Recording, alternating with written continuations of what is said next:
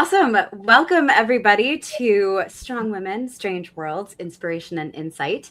Tonight, we are talking about a universe of meter and verse, speculative poetry, which I am very excited about because I am 0% experienced in this genre, but I love reading it. So having these three incredible people here to talk about their experiences and their creative inspirations is going to be a pretty great use of the next hour. So thank you all for joining us. We are so excited to have you here. I am your host, Marisa Wolf, and I am going to let each of these wonderful panelists introduce themselves. And our amazing producer, Penelope, is going to show you the beautiful artwork and their books and all of that stuff. So we're going to move there. Look at that, was amazing. All right. So LindaAnn, take us away. Hello, thanks for having me back. I was with Strong Women, Strange Worlds on September 18th, reading my Poltergeist poem, which is actually a nonfiction poem because my Uncle Larry used to conduct his weekly poker games in a violently haunted house. Maybe some of you heard that episode, but I recently got it republished on Sugar, Sugar, Salt. And in the reprinting, I made sure to put your link so it comes back all over again. I started writing poetry when I was 3 years old, metrical poetry. My family couldn't afford housing, and we lived in a big house with a lot of family members. And I learned to read very quickly, and I was given the privilege at dinner time of opening the envelopes that came with greeting cards and reading the verses and reading the greetings to the whole table while they were assembled at dinner. And Hallmark greetings and American greetings were so clunky and so funky that my aunt, who was an illustrator, and I started a bespoke greeting card outfit. Now, we gave our cards away. We didn't make any money. And I don't have, obviously we sent it to people, so I don't have any examples left. But that's actually what got me started writing metrical poetry when I was 3 years old. And I had my first poem published when I was 9 years old, which was a very good year for me because I had my first one-act play on stage in New York also when I was 9 years old. And my poem wasn't seen by anybody, but my play ran for 11 months in New York City in all 5 boroughs. So that was a great start. And I really wanted to be a playwright, but being a playwright meant you had to audition people. I also had this really terrible clunky typewriter that only printed one letter at a time. It did not have a keyboard, and I didn't know about mimeographing.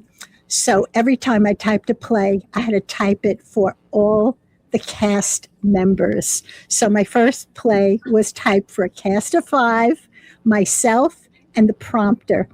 Each one had to be retyped. I know. This is what you do when you're a child and you have no money. But so that's what got me started in writing. And I didn't start writing speculative poetry until 2018. And since then, I now have 11 books published, and I've had 2 more accepted. So this is the year of the 13 books. Am I cursed, Marisa? What do you think? I love it. I think you're not cursed. I think you are somebody who packs a lot into small amounts of time, it sounds like. Yeah. So one of the books that I had published, I didn't send you the cover, but it was my first hardcover full collection published in England, was called Apprentice to the Night. It's very interesting that a lot of reviewers focused on 6 poems about my dying mother. I was my cancer-stricken's mother, full-time caregiver.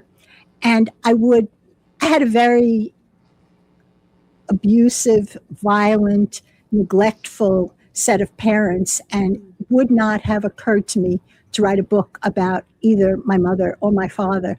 But critics paid so much attention to those 6 poems, and they were completely rewritten in order to make them speculative, because I wrote Cancer Courts My Mother out of that book, and I wrote The Caregiver's Journey as a story of adultery.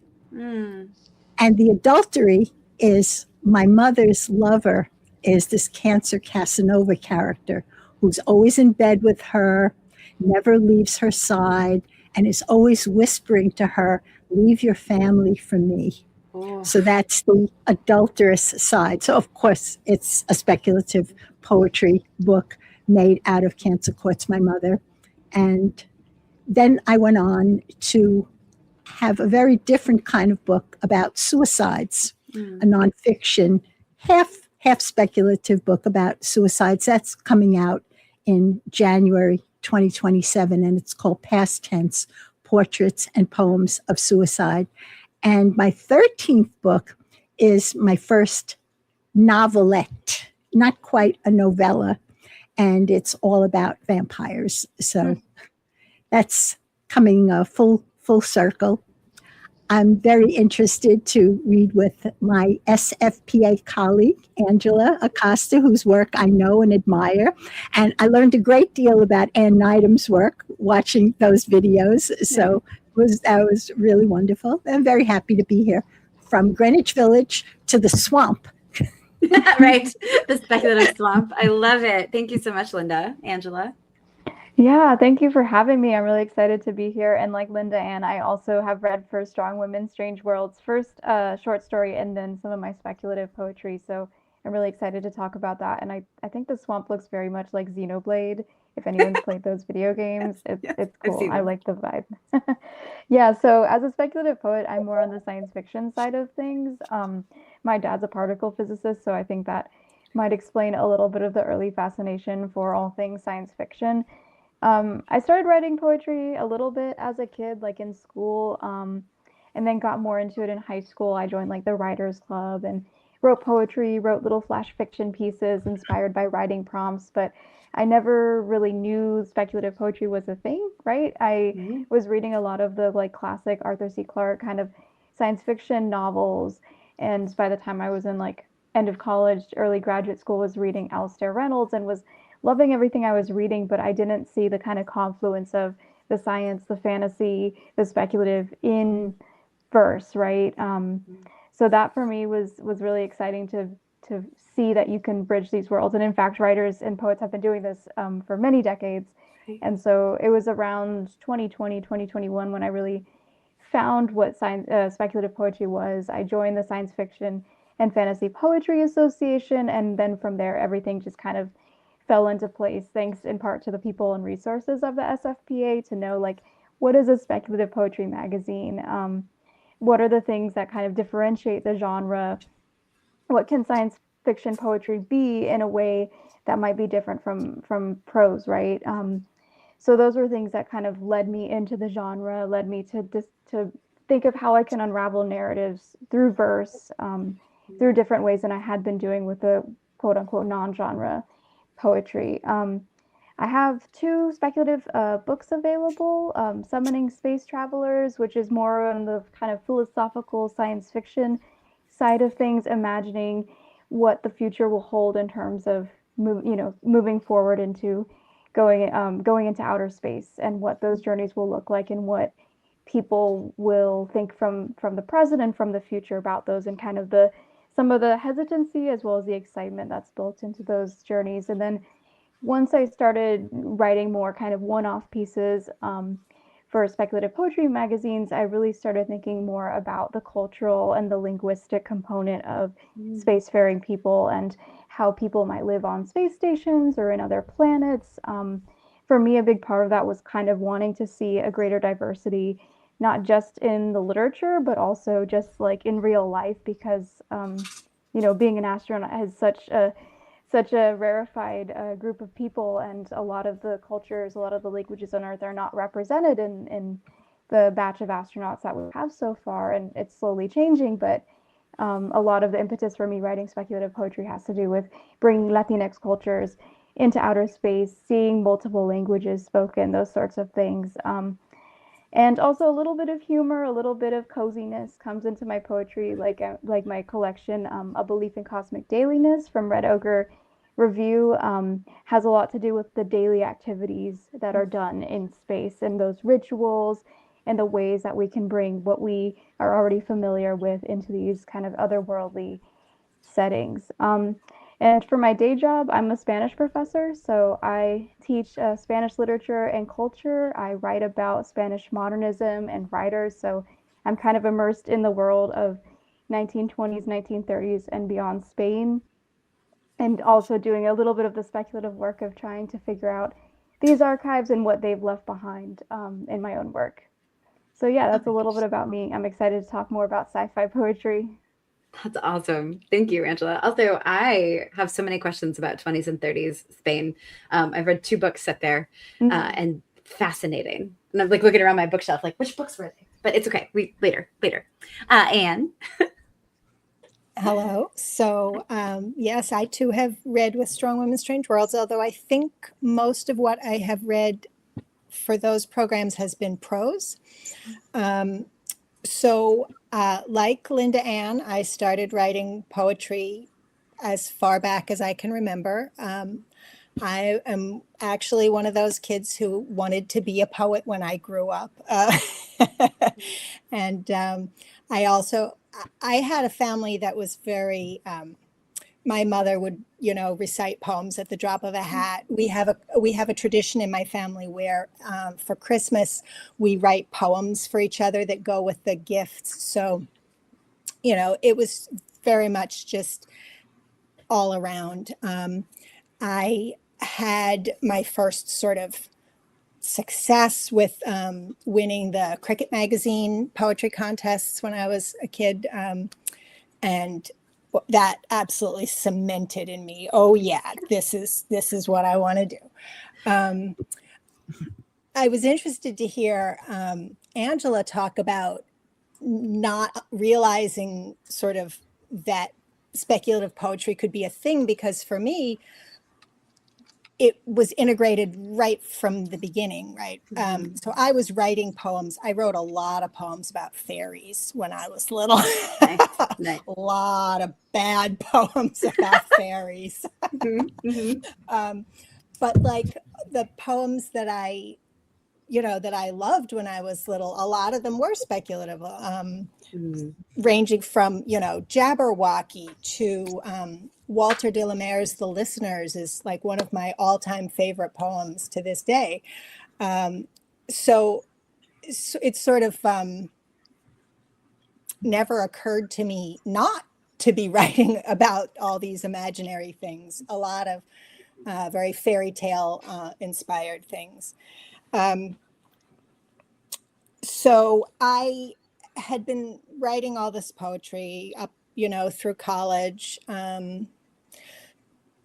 And then I got more sidetracked, if you will, into writing novels, wrote a bunch of novels. I still kind of snuck poetry into them, sort of the Tolkien-esque, throw some poems into the high fantasy. I did a lot of that. I wrote some, I have a series of books for younger kids, lower elementary kids, like read aloud books. And, I make the little magical, all the little magical messages have to be in poetry, that kind of thing. But starting kind of around COVID, I guess, I started turning back towards just writing poetry and submitting poetry in its own right, as opposed to having it be attached to some other writing that I was doing. So that's when I've kind of gotten a lot more re-immersed in it. And so my most recent 2 books both have the format of being collections of short stories and poems and art. I'm also a working artist. I do relief block prints. And so they have the same format. The earlier one is called Bittersweetness and Light. And kind of they're all speculative. All the stories and poems are speculative, but the kind of theme among them all is looking for joy, looking for, sharing reasons for hope, just a little bit of not to be like fluffy and escapist, but to be kind of serious that, this has real power.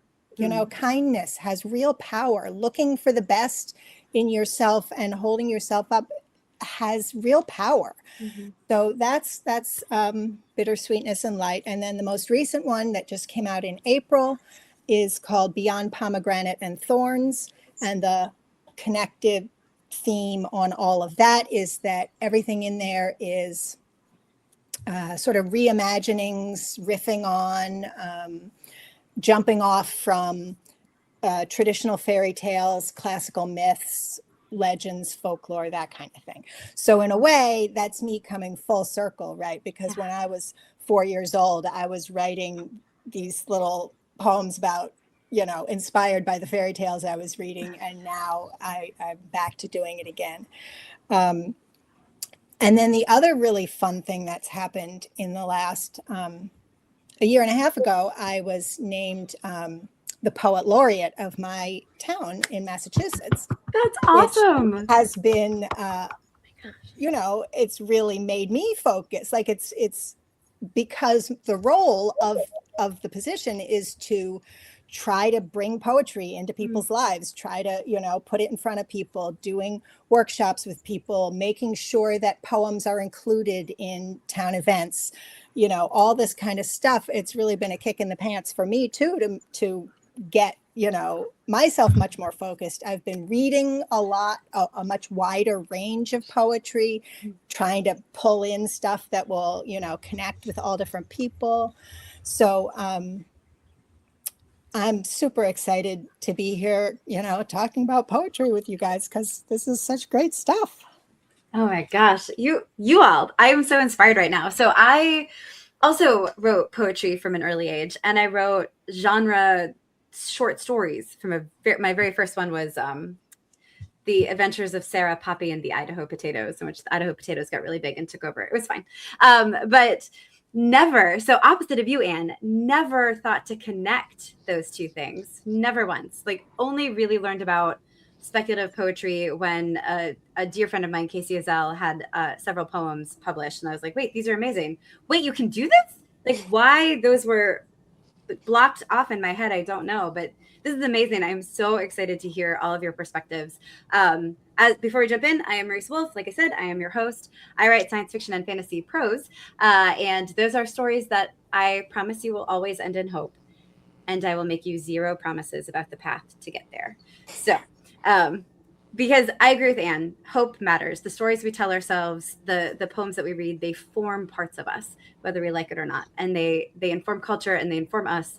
And so stories of hope, poems that imagine futures with multiple identities and languages, all of that is so beautiful and so important. So we're going to get real big and we're going to dig into our conversation for the night or the day. I don't know when you're watching this, but welcome. We're so happy you're here. So we don't do time math anyway.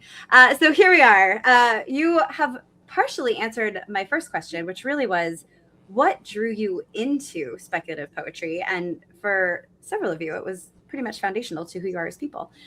So what I will say is, how do you explain the draw of it to other people? Like, if you happen to be a poet laureate of your town, or you happen to be talking to enthusiastic writers who have never realized that you can blend these things together, what is it about speculative poetry that really sets it apart? And you can go in any order. Jump in.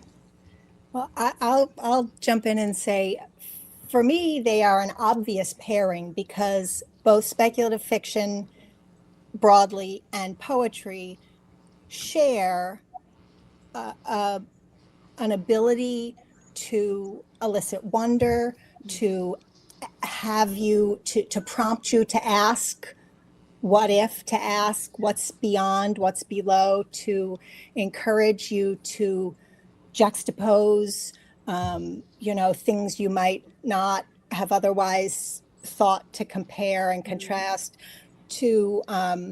They both say, stop fixating on just like real life and see what you can uncover. And so to me, they're, just a perfect match. Yeah, that's an interesting perspective. I know that first of all, I sort of backed into writing a book, a chapbook called Cancer Courts My Mother, because the contemplation of my mother and my mother's company brings back very, very negative emotions. But to speak about the caregiver's journey, I didn't want to portray myself as Mother Teresa, like, look, this daughter gave up her whole year and she flew to Florida to her mother's side. And I didn't want that to be the focus. But by writing it in a speculative way and by making the Casanova cancer the focus, then it gave a very interesting perspective, because I'm trying to battle him so he doesn't seduce the mother away. Just like someone who discovers a parent has an illicit extramarital affair would want to keep the family together. So that was a whole different thing, that I'm fighting him as a lover as opposed to fighting him as a disease. So kind of interesting, but speculative poetry saved me. It really saved me. Yeah. I love that. Yeah, like Anne was saying earlier, speculative poetry is engraved so much in our culture, in the earliest stories that we tell, but it's not always, marketed as speculative, right? So when you become old enough to start reading on your own, you don't always, make the connections, even though a lot of like YA literature, a lot of like stuff that like people are reading now is very much speculative, right? Last fall, I taught a course on Spanish speculative literature. And so I had to kind of figure out, how do I market the poetry component to my students? And I actually organized a speculative poetry workshop for folks on my campus.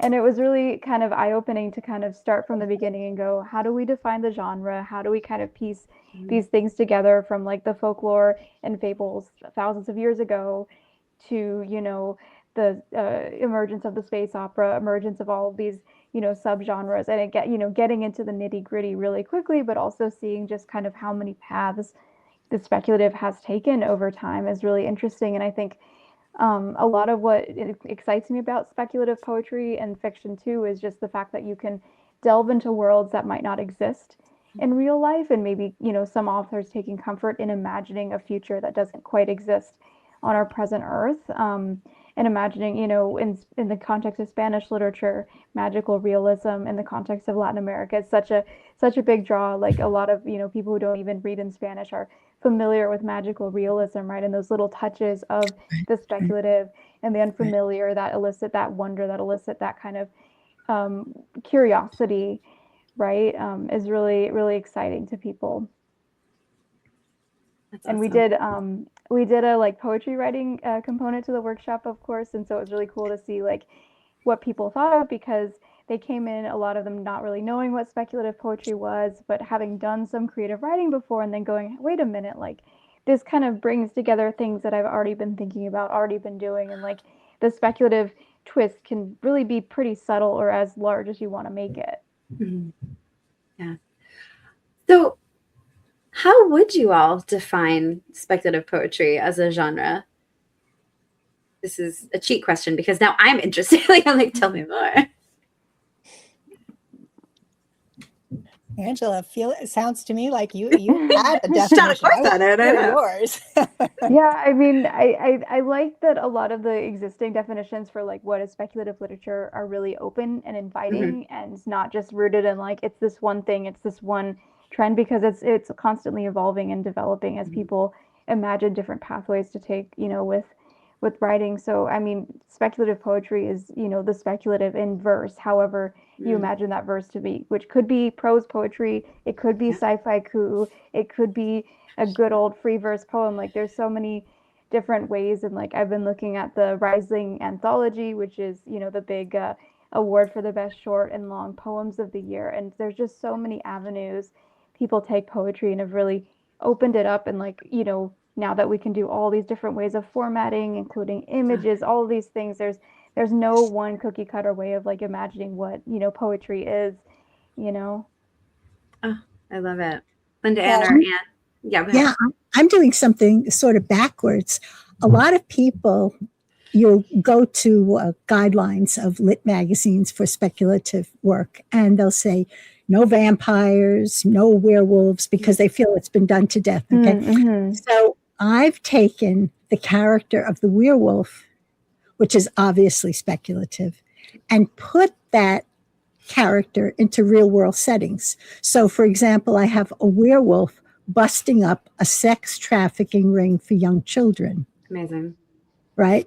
And relating to the sex trafficker for, the alpha male, the harming, exerting power over other people. So he feels that they're brethren, but because they're brethren, he knows how the sex trafficker thinks, and he can bust in and rescue the children. And I have this wonderful, I don't know how this thing occurred to me, but when I tell you the line, it's so obvious. Having a streetwalker be a stalker.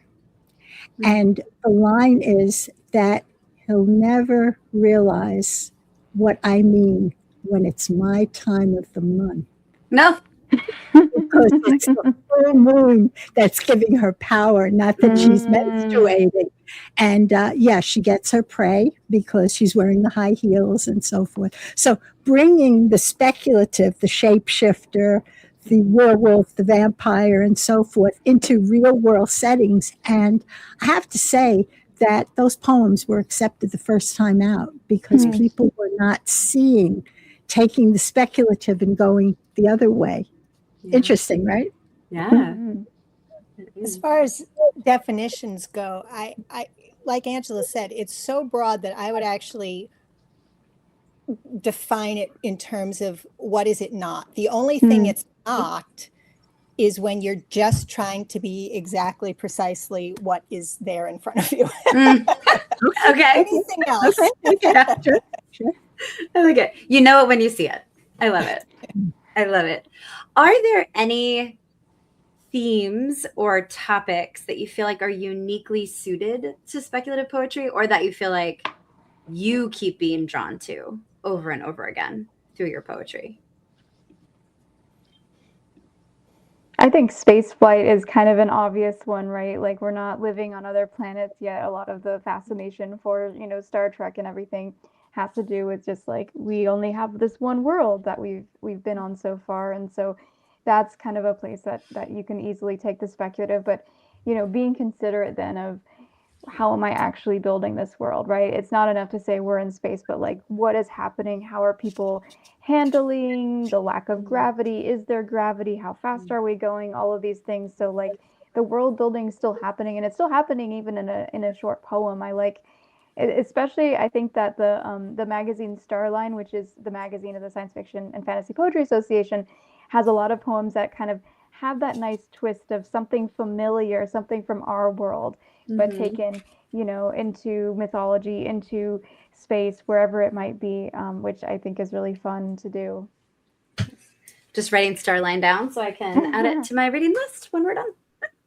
I have a very short definition of speculative poetry, and that's to make the exotic familiar and the familiar exotic. Oh, yeah. Right? Love that. Right? I love it. Yeah. That's awesome. Although I would argue in some ways, a lot of non-speculative poetry should also be doing that, right? Yeah. I mean, that's one If of the it's good. Yeah. Yeah. For I love me, it.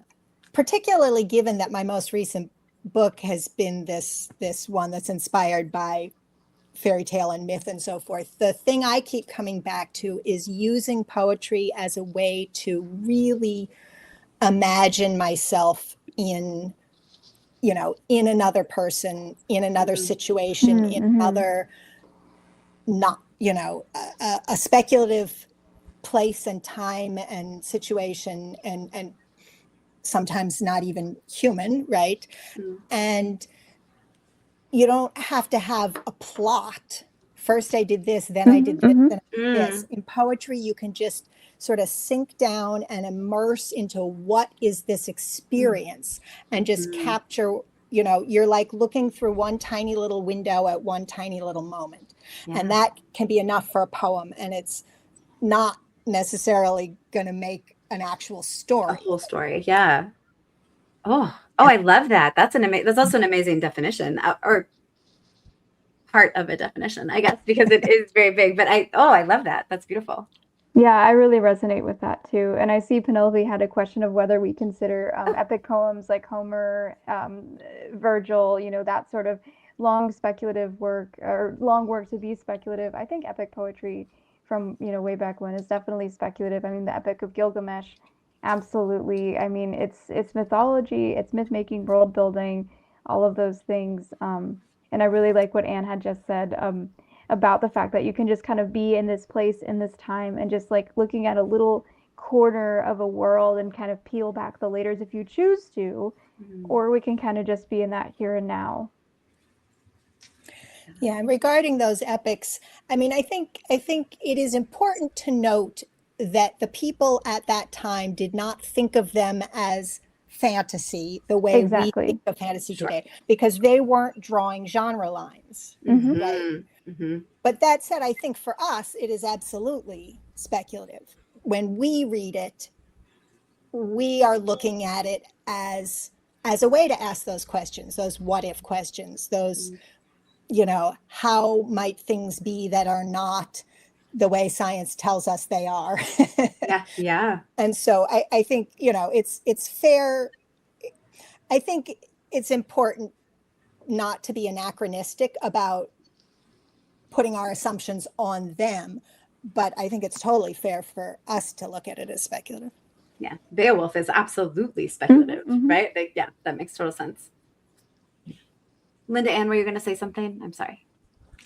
I was just thinking of the Oxide Lady, Hera, and all those wonderful things, and how we have also incorporated those same topics into our own work. And where were we inspired from? Because we all read those, and we're still talking about pomegranates, right? The Wine Dark Sea. Yep. The Wine Dark Sea. The lost daughter going down to the underworld, and so forth. I have one of my poems is also on my channel.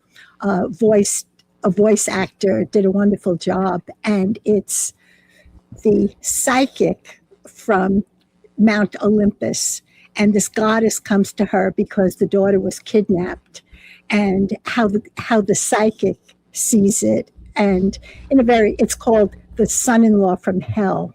Nice. And the interpretation of this pushy bitch wanted a same-day appointment, and she shows up dressed all in green, and her hands are calloused, and who is this person?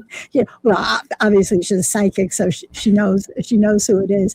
And then a flash of fire appears, and she says, "It's Dis, the god of the underworld." And it's just, can you do anything about this? Can you reverse this? And just to play with it and put it in a modern context as a son-in-law. Yeah. Right, as opposed to the god of the underworld. And I'm sure Anne has done wonderful things with the pomegranate to bring it to a new level, right? I have two pieces in my book that are inspired by that story. One of them is a poem. And it is from the point of view of the shades in the underworld watching her arrival. And it's about seeing an injustice and failing to act. But then I have another take on it, which is, it's sort of a flash piece, and it is Persephone as a tough noir dame who gets exactly what she wants. Both of these. So totally, heading in completely opposite directions. Yeah. And our amazing behind the scenes producer always has these great thoughts. I keep trying to get her to stay with us on the screen, but she said, did Odysseus really see a cyclops? Did Circe really turn men into pigs? These things are allegorical, don't you think? And yes, or because like Anne and Angela both said, we didn't draw those lines always as humans, right? We've always been telling fantastical tales, but it was never like, oh, well, this is purely my imagination, this is what I call fantasy. It was just, here we are, that magical realism, or that belief that there is more than we can see. One of the things I really love, you said, Angela, that your dad is a particle physicist. One of the things I love about incredibly advanced physics and the people who study it is they're like, the universe is weird. Like, it's so much weirder than you think it is. Like, we don't know anything. Like, it's just quantum. It's just like using hand wavium in sci-fi. It's quantum. It's fine. We'll figure it out. Like, it's so interesting that the more people learn about the workings of our universe, the more mysterious and weird it is. And so, of course, we've been telling ourselves these stories all along, because the universe has always been a very strange place. Yeah, I remember when I was a kid, I saw what was supposed to be like an image of the Milky Way, but we don't have an image of the Milky Way. We haven't gone far enough, to take that picture.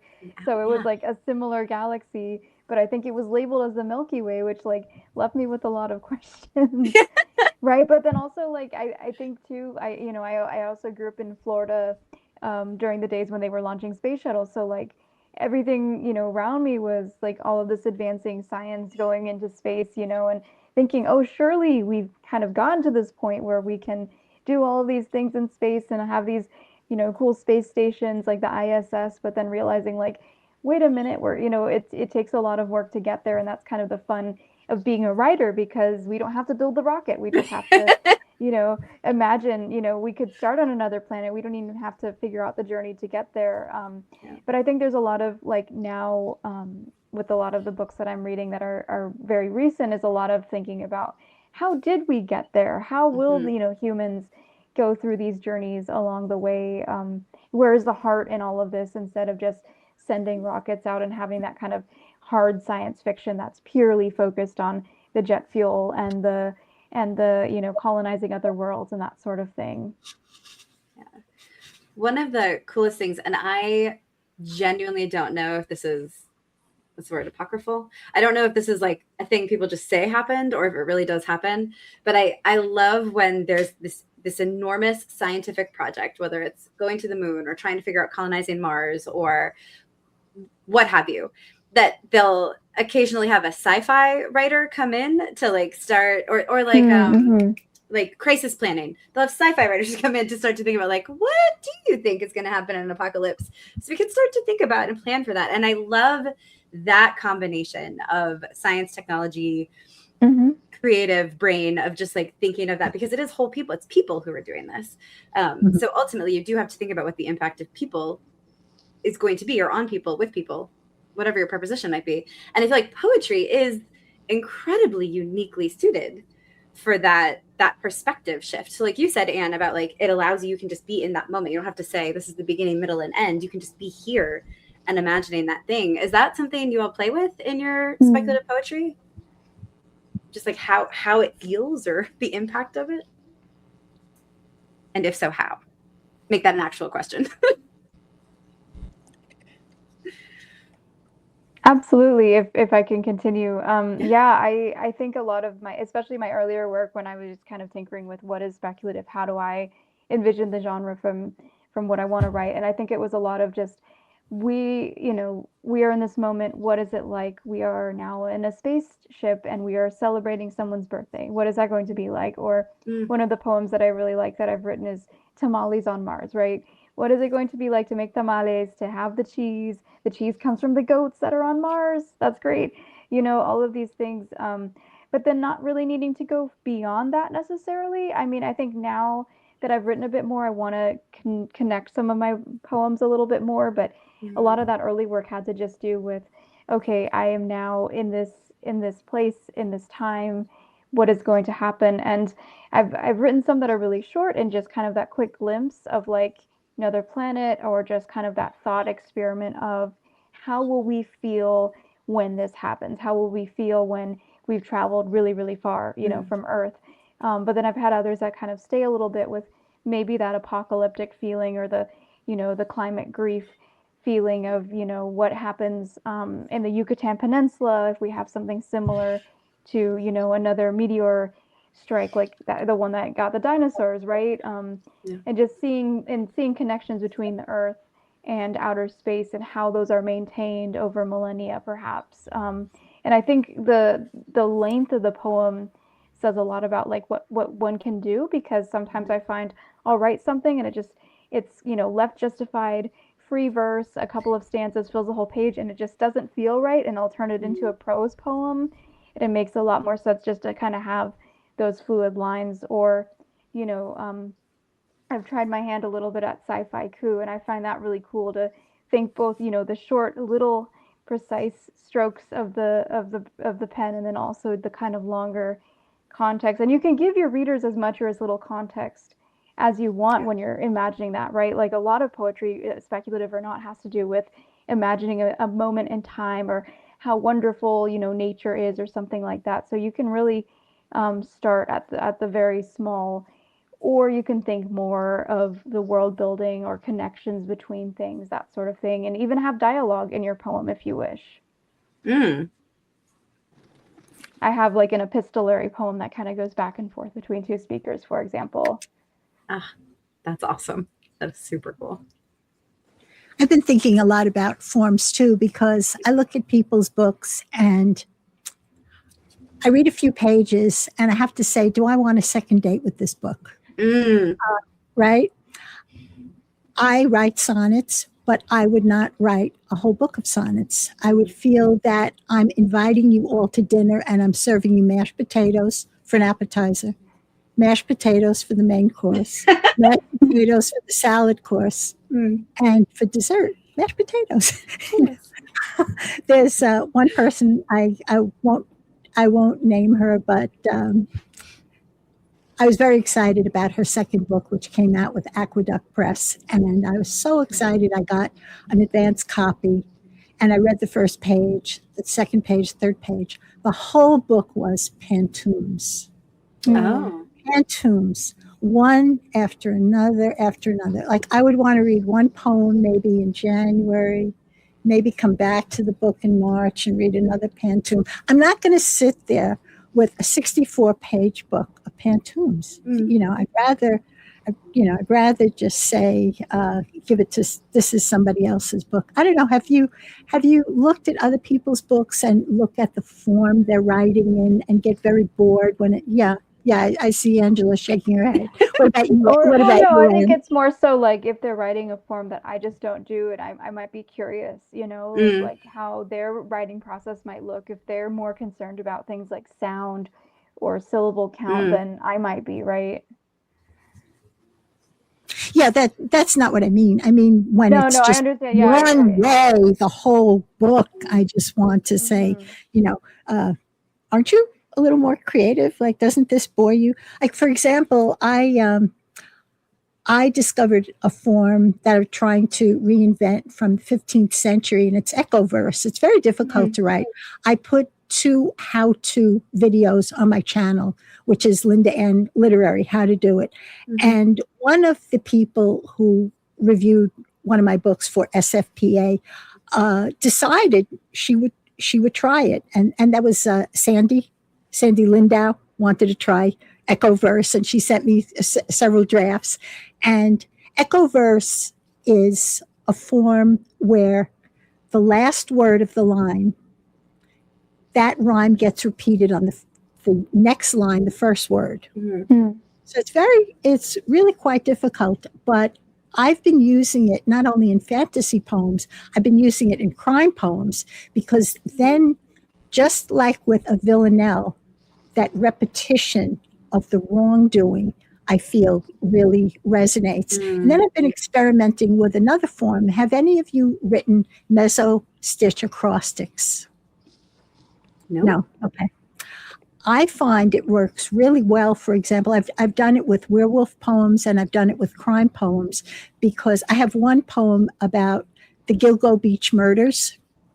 It was just in the news. The man, Rex Hoyerman, just got sentenced for a number of murders over the years that he mostly went for prostitutes and escorts, people nobody was really looking for or was not regularly in touch with, and buried them in the shallow strip on this Long Island beach.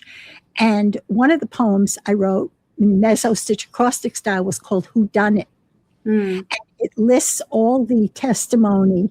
The last time I saw her, she left in a white car and I never saw her again. And, different things about the victims. But right down the spine, it spells Rex Hoyerman. Oh, that's fun. So the clue is right there. And I have another werewolf poem where a man is speculating what has happened to my sister. And down the center, left with a werewolf right down in the center. But all the clues, she used to be like this. We used to talk every night. And then you see the one sentence coming down. There was a Black woman who was murdered by her friends when she went to a luxury hotel in Cabo. And Shanquilla Robinson, anybody recognize the name? Within 24 hours, close friends of hers that she had known from high school and college basically murdered her in the hotel room, and all got away with it. And in my mezzo stitch acrostic, which is speculative, but talking about all these clues and what happened, it says, down the spine, a grave injustice. Right down the spine of the mezzo stitch. So the forms are definitely what's called experimental. You don't see them, but they're so flexible depending on if you want to give the reader a clue or an answer and then write around it in the speculative form. So just wanted to bring up those echo verse and mezzo stitch acrostic and how I'm using it. In my current book, which has been accepted by Prolific Pulse Press on suicide, some of the poems are erasures, some of the poems are golden shovels, some are centos, because I'm always trying to bring back the voice of the person who doesn't talk to us anymore, and use the suicide notes as erasures and make something else out of them, or the golden shovels and so forth. And a lot of different forms, tanka, haibun, echo verse, different things, because suicide is always so unpredictable. Why should every poem be a sonnet? Sure. Yeah. Right. Yeah. And also give the idea of the uniqueness. There are only 2 golden shovels in the book, and they don't come one after another. So you're never prepared, but it's always right. It's always a different individual. And then the villanelles are saved for the neurologist who sexually abused all of his female patients in order to give them enough strength of opioids. He made them all addicts so he could abuse them. So the villanelle, the refrain in the villanelle stresses his criminality and the torture he inflicted, using the formal verses' intrinsic qualities to relate to what's actually happening in that moment. I find really something that I'm very drawn to. Does everybody else use erasures? Angela, Anne? No? Okay. Or do you use specific forms for specific themes? Like, do you find a lot of overlap in that? That's fascinating, LindaAnn. I do like using forms that really traditional forms, now sonnet, sestina. I love sestinas. When I was writing poetry, in high school and college, the fact that I was writing fantasy poetry in forms made me totally outside any other group of people who were writing poems. So I always felt like I was just going to be on my own, doing my own little thing, because that was not the kind of poetry, even within the relatively small group of, kids who were writing poetry, they were not interested in what we're now calling speculative poetry in traditional forms. Rhyme and rhythm and alliteration and everything else. So I find that the music of it is one of my favorite things about poetry. And, there are a lot of people who say, don't write poems that rhyme. Like, poetry should sound the way you talk. And I'm like, we have talking for that. Sure. The whole point of poetry is to give us something we don't get in ordinary writing, ordinary prose, ordinary conversation. So I have never been drawn to, and obviously there are exceptions. Anything done well can just grab you. But on the whole, I am not drawn to poetry that's too sort of ordinary, colloquial. It just sounds like ordinary language. I want it to be different and special and exotic and luscious and yes, and use all those poetic, the poet's toolbox. The poet's toolbox. Yes, exactly. And and in terms of I'm not going to yuck anyone else's yum, right? Sure, the thing about poetry is that it's not, different people like different things. And that's awesome, right? And if you find this poem that you're like, oh my gosh, this is my favorite poem, and I'm like, and then vice versa, right? That's awesome. We both found something that really spoke to us. Perfect. Like, would you want to read a whole book of pantoums and I would probably not like a whole book of pantoums in a row, but I have seen some really interesting things, and I think anything can work. And if you make that even more vague in a sense, but anything can work for the right reader. Okay. Yeah. The right mashup between reader and writer is always, I love that. There's an audience for everything. And almost every kind of story that you can, or poem that you can imagine. I love that. Okay, so we are somehow closing in on an hour. This surprises me every time. Time is a mystery. It's quantum. It's fine. So it's not, I know. But is there anything that we did not talk about speculative poetry that you think is actually really important for us to touch on? I always like to talk about marketing speculative poetry. Oh, sure. I noticed that none of the other sessions talked about marketing. So I thought maybe it was a dirty word. No, it's not that it's a dirty word. It's just this is more for readers and audience. We're balancing between like if you're a writer and you want inspiration, or if you're a reader and you want to know more about the inspiration behind. And so we don't get deep into the nitty gritty of marketing, but it is interesting to know, like, I didn't know there was a magazine out there for this, and now I do. And I am very excited. So if there are other places, like if there are places that you think readers should go, if they, like our producer who behind the scenes is like, oh no, I'm about to get obsessed with a whole new corner of the genre, which girl, same. If we have audience members out there feeling the same, where should they look? So we know Starline. Where else should they go search? Obviously your websites that we'll talk about at the end. Yes. Where else should they look to get either a good grounding in the foundational texts, maybe of speculative fiction, or to see what's going on now that's exciting? Speculative Realms is a wonderful collection. I'm sure you've been in it, right, Angela? Speculative Realms? I can't remember. I don't know. Spectral Realms. Oh, no, I haven't. I mean, many of the speculative magazines, Strange Horizons, whatever, many of them do also have poetry. I mean, and in some way, to go back to what we were talking about before, you want speculative poetry, just go pick up 100 greatest poems of English. Half of them will be speculative in one way or another. I mean, to just kind of have a little bit of a starting point for a list, the Science Fiction and Fantasy Poetry Association has a market list, which includes a lot of journals, and even if you're not yourself planning to publish, you can still look at them and find what's really available online. That's awesome. Perfect. Thank you. And Angela has shared that link with us, so we will have it in the show notes for you below. So you probably have already seen it and been like, Marisa, why are you asking this question? But it's there for you to click on.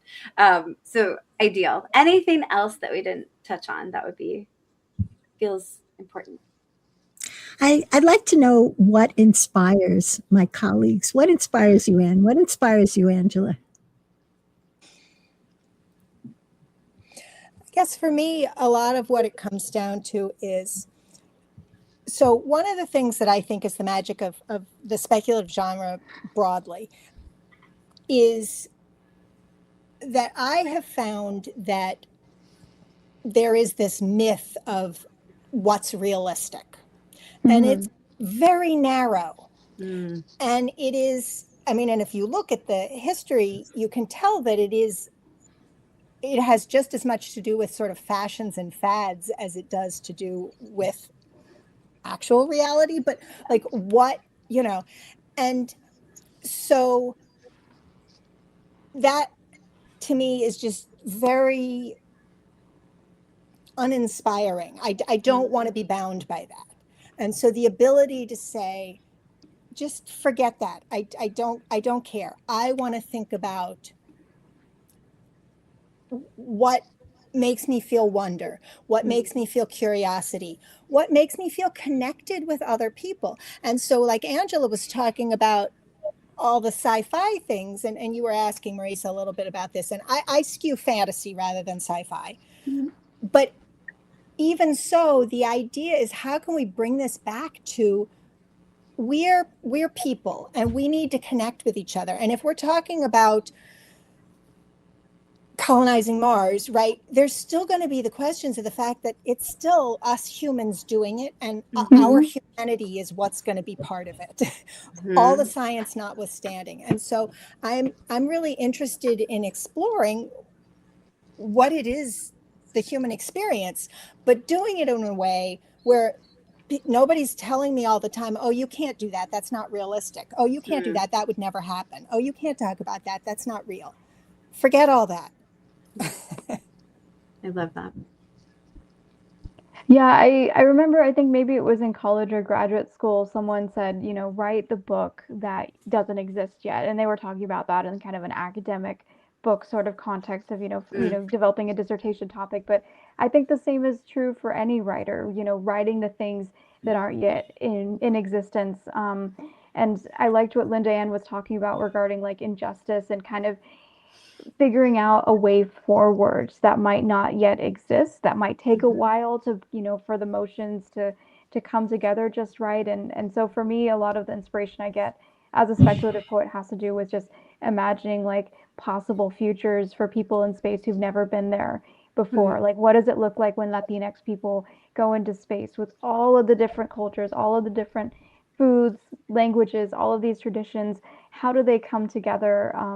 And how can we kind of use what we have as kind of the shared language, the shared imagery and sounds of the present, but then also bring them into other worlds that could look a lot different than ours. And I started writing speculative poetry that had more to do with the science and the thought experiments and the philosophy, but then I started looking more into the human and seeing what is it that these relationships can do in space that we might not yet be able to do. How does, light years separating us affect kinship relationships, romantic relationships?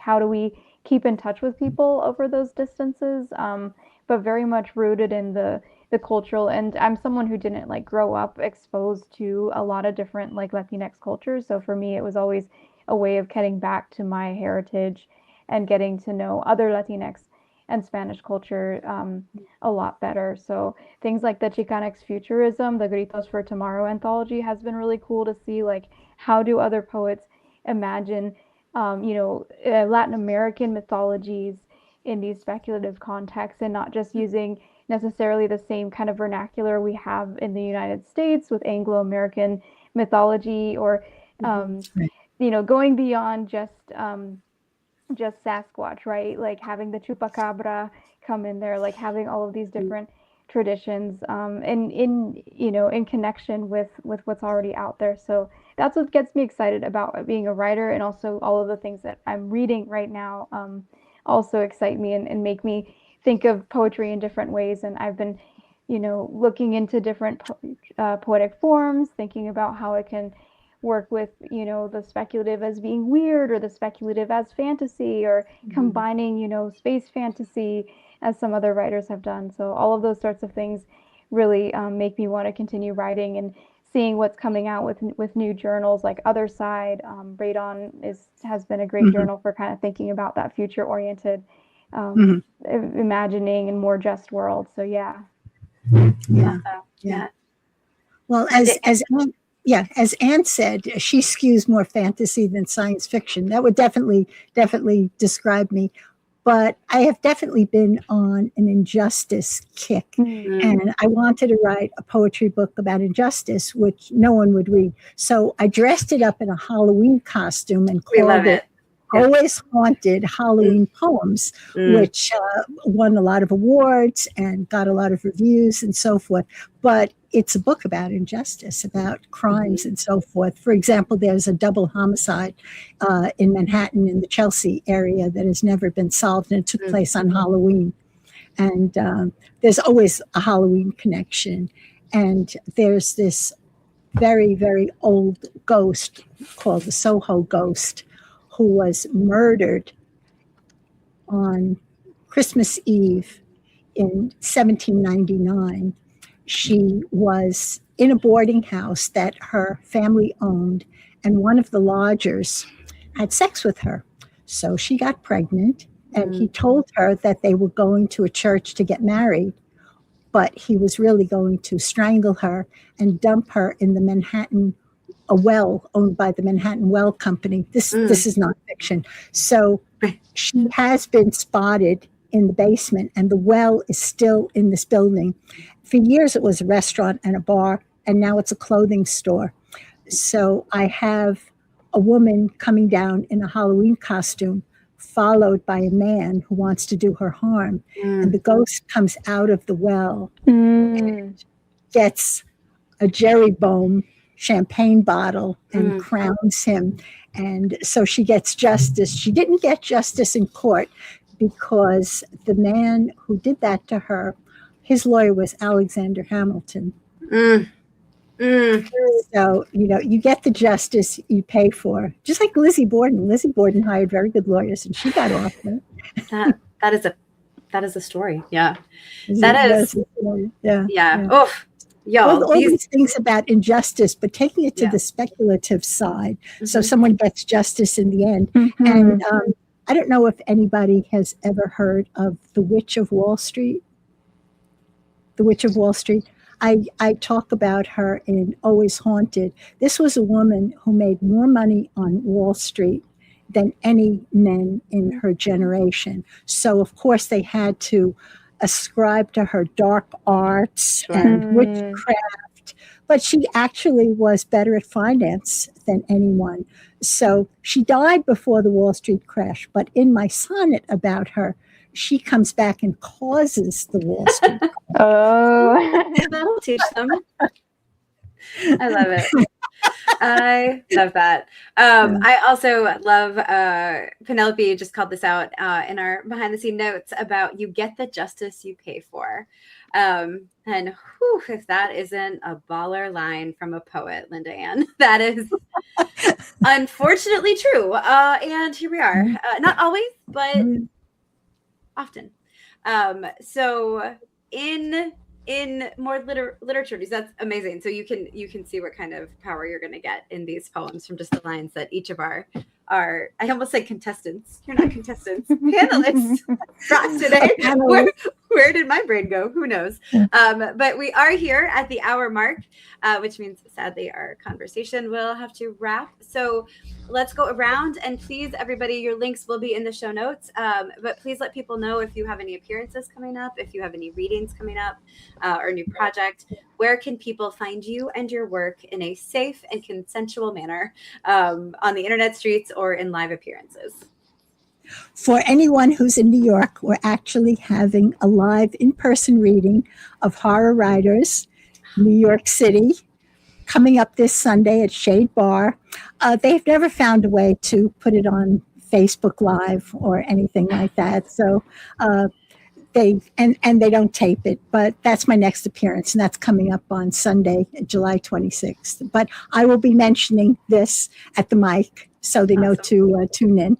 They have something called Galactic Terrors that's regularly on YouTube, but unfortunately they haven't found a way to tape us at the mic. Maybe it's fortunate, actually, so we don't really see what we look like when we don't have asteroids flying in the background when we speak and everything.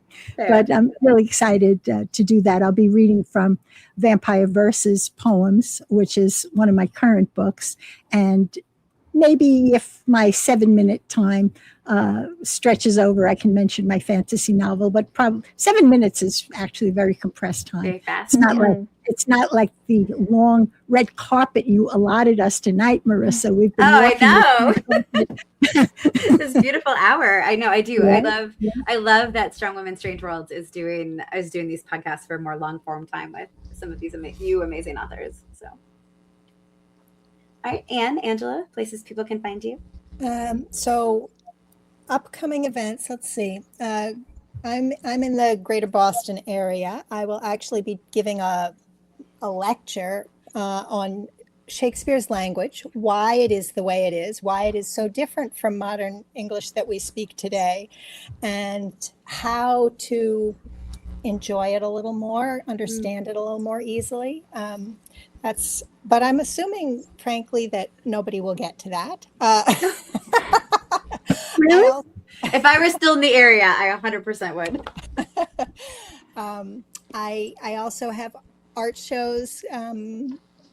So you can find me, sitting in my little booth, and I usually have my books there with me, and I'm happy to talk about poetry just as much as art. The best place, honestly, is to go to my website, because I have my calendar, and that's got all my upcoming events listed, and that's got the details about where you can find me. So that's your best bet. Brilliant. Angela? Yeah, I think most of what I do with speculative poetry is virtual. I'm located in Columbia, South Carolina. I teach Spanish at the University of South Carolina. And I'm coming up in August going to have a poetry reading as part of WorldCon, which is in Anaheim, California, but I'll be participating virtually. So I think it'll be kind of a slot allotted to several poets from what I understand so far. But I'll have 15 minutes to read some of my poems, so you can join there. You'll have to be part of the convention, but it'll be broadcast during the convention. And then it's not an event, but I have an upcoming blog post coming out in PlanetSide, which is a science fiction writers association blog on the theme of Chicanx futurism. And I was going to make it about Latinx futurist poetry, but there is so much that I kind of had to pick a particular, small amount based on the examples that I had. So I'm really hoping that folks will read that and want to write more about other Latinx, Latin American cultures and poetry. That's awesome. You can find me at www.marisawolf.com.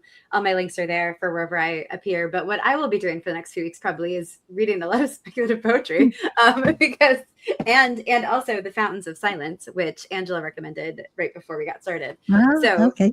I am very excited to get reading because, every time I've had really bad writer's block in my life, it's been doing like stream of consciousness poetry that's gotten me back into writing. So maybe y'all will be my inspiration after what has been a heck of a year to get back on the thingamajig, whatever that is. But anyway, thank you all for joining us here tonight, both our amazing panelists who are not at all contestants, and all of you to joining us at the YouTube page and watching or wherever you have found your podcast. I hope you enjoyed and are equally inspired to dig deep into this amazing corner of the genre, center of the genre, orbit of the genre, folklore of the genre. I don't know. This part of the genre. We're a distant moon, I think, sometimes. Yes, sometimes it might feel like it, but a key one in which the tides would not work if we did not have it. So I am, again, Marisa Wolf. You have joined us for Strong Women, Strange Worlds. Not Strange Women, Strong Worlds, but sometimes maybe both. Our Inspiration and Insight podcast. Thank you so much, and we hope to see you next time. Have a great night.